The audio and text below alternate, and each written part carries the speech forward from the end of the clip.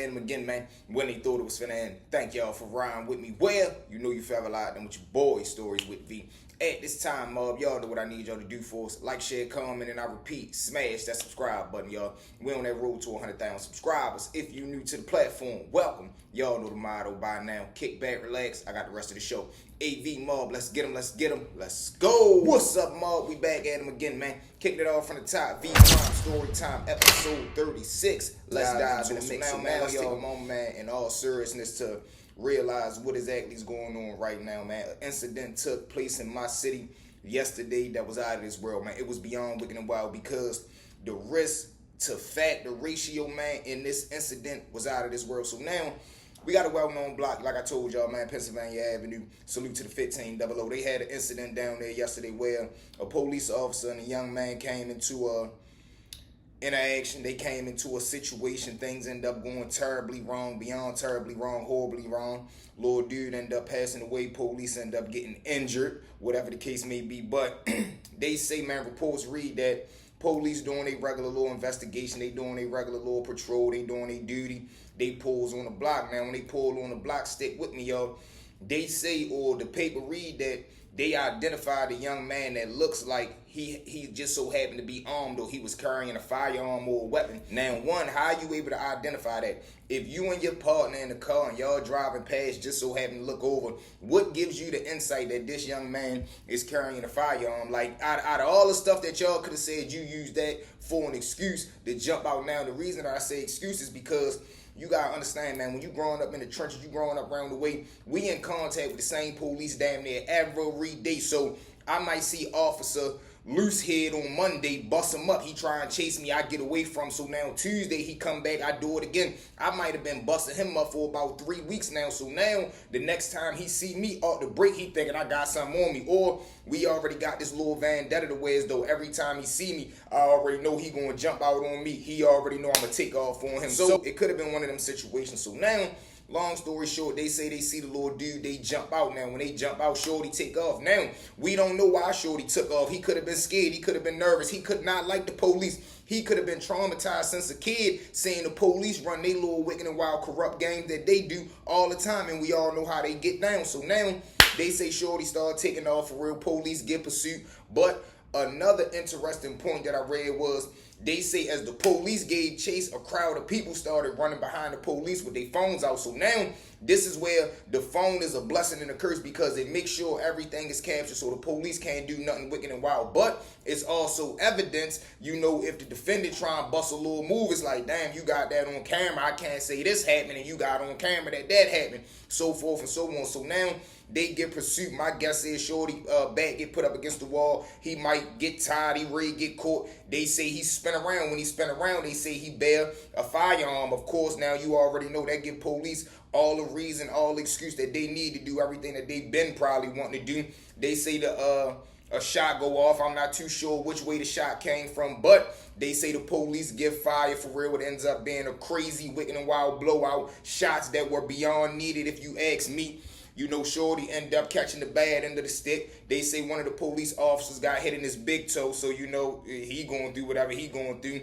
Police arrived at the scene, but the aftermath of it, man, everything on social media, the news, I seen helicopters 10 feet off the ground. Anytime you know, man, if you ever seen helicopters 10 feet off the ground, you already know what time it is. You know, all right, them boys ain't playing. We done really did some shit this time.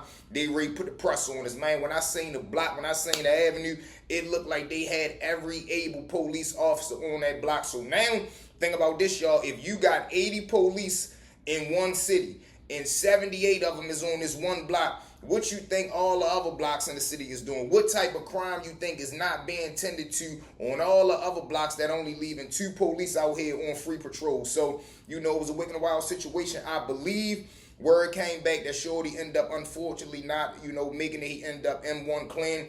Police, of course, he only got hit in the toe, so I'm guessing he gonna be all right. They go ahead and stitch him up. But wicked and wild situations, man, and this is why I tell y'all, one, don't get involved in the streets, because look at that. A simple pistol charge turned up into somebody never going home again.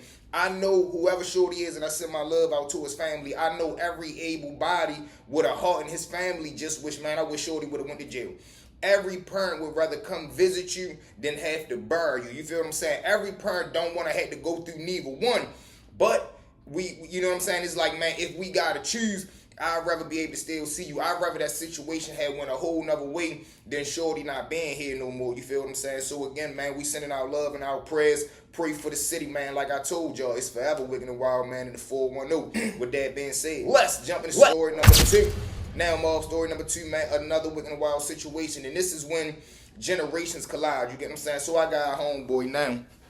This guy here, he was a one of a kind type dude, meaning he came up under some real gangsters. Like, he really came up under dudes that came up under that old law. So the morals and principles that was installed in him, they don't make them rules no more. Like the new age gangster, quote unquote street dude, they not really up under old law. You got some that still cut from the old cloth, but majority of them, they just in the way for real. They just doing it for the highlight. They doing it for the bragging points. So now, Shorty get of age for real. He probably like 22, 23 years old. But all his homeboys that he come up with, the real gangsters, they either in prison or they not here no more. So he really be moving by himself. And he tries to, get involved with the new guys that's coming up in his neighborhood. But he kind of look at him like, man, these dudes are soft.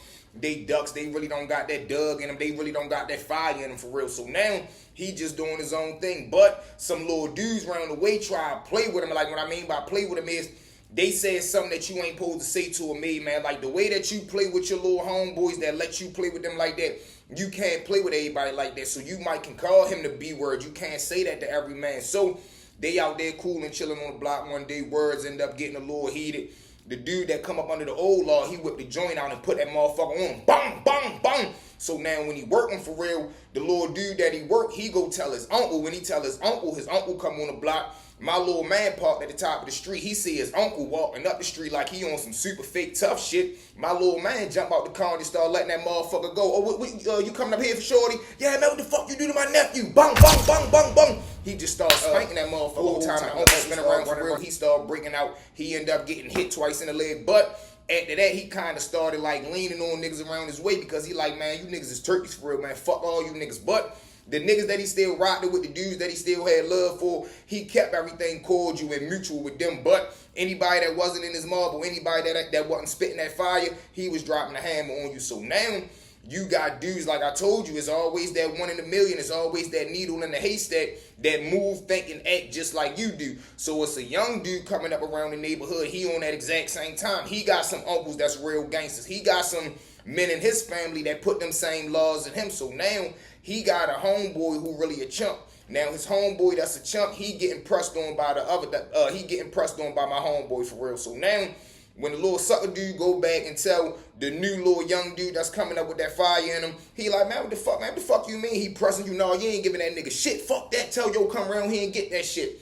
Long story short, little dude jump on the phone. He call yo and tell him, man, listen, man, if you want that shit, come around here and get it. So now my little man looking at it like, man, you done bumped your fucking head. Who the fuck is you talking to? All right, that's the best say. Last time I'm on my way around there. And he was the type dude that he wasn't ducking no smoke. He wasn't tucking his tail for nobody. So if you told him come around there and get it in blood, he was coming around there and see about that shit. So whole time when he come around there, he pulled on the top of the street. He jumped out. He started walking down. But as he's walking down the street, he whipped the joint out. He just got it in his hand walking down. Now, that's what kind of costed him everything, because when he did that, he's sitting there looking at the little dude that owe him the money. Whole time, the new young boy for real, he like standing across the street in the alley, and he got his joint out too. So when my man get like to the middle of the street, the new little young boy, he pop out to the cut. He just start nailing that shit. Bang, bang, bang, bang, bang. He ends up striking my man 5 times. He run over there, stand over top, empty the whole joint. Bang, bang, bang, bang, bang. Ends up getting out of there. But this how wicked and wild it is, right? The little dude who he did it for, he ends up getting so scared he throw up. So now his vomit right there, they ends up breaking away. When homicide arrive on the scene, of course, they hit the den, they swab on the throw up, they get a hit, they come grab Shorty up. When they come grab Shorty, you already know what he do. He not trying to do no life in prison. He ends up telling on the new young boy for real. They grab Shorty, he ends up fighting his case. He get found guilty, he's serving life right now. All over being the exact type dude that Shorty was, the dude that he stood over top of, they could have been brothers. That's how much the same that they was. But you allowed the sucker to put you in the mix of some stuff that you had nothing to do with. Like I told y'all, man, sometimes to get in the way is get it the worst. But wicked and wild situation. With that being said, Mark, thank y'all for riding with me. Well, you know you forever locked in with your boy, Stories with V. At this time, one more time for me, mob, like, share, comment, and I repeat, smash that subscribe button, y'all. We'll be at 100K in no time from the bottom of my heart. I love each and every one of y'all. Let's get it, Baltimore. Let's go.